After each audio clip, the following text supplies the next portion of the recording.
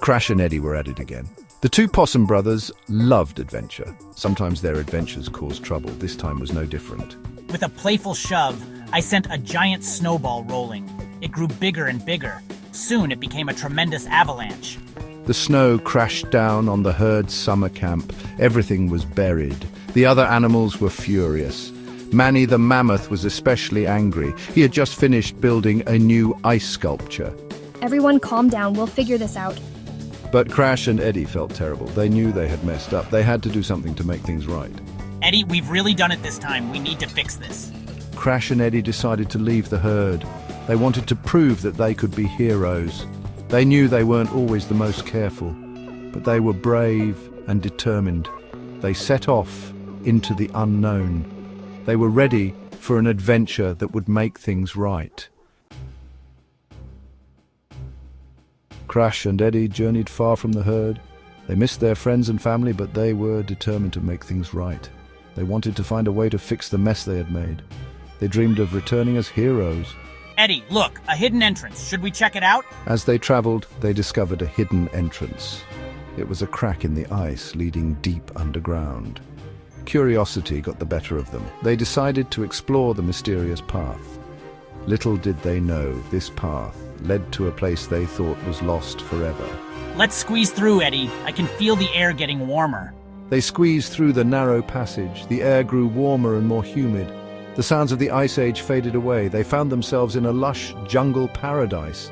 Towering trees and colorful flowers surrounded them. Strange and wonderful creatures flew and crawled everywhere. They couldn't believe their eyes. They had stumbled upon the legendary Lost World.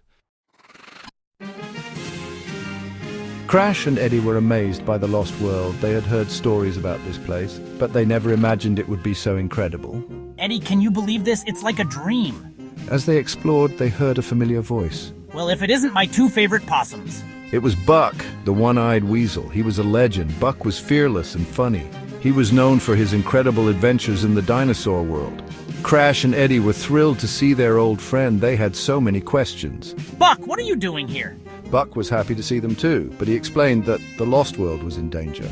A mean and powerful velociraptor named Orson was causing trouble. He wanted to rule the Lost World with fear.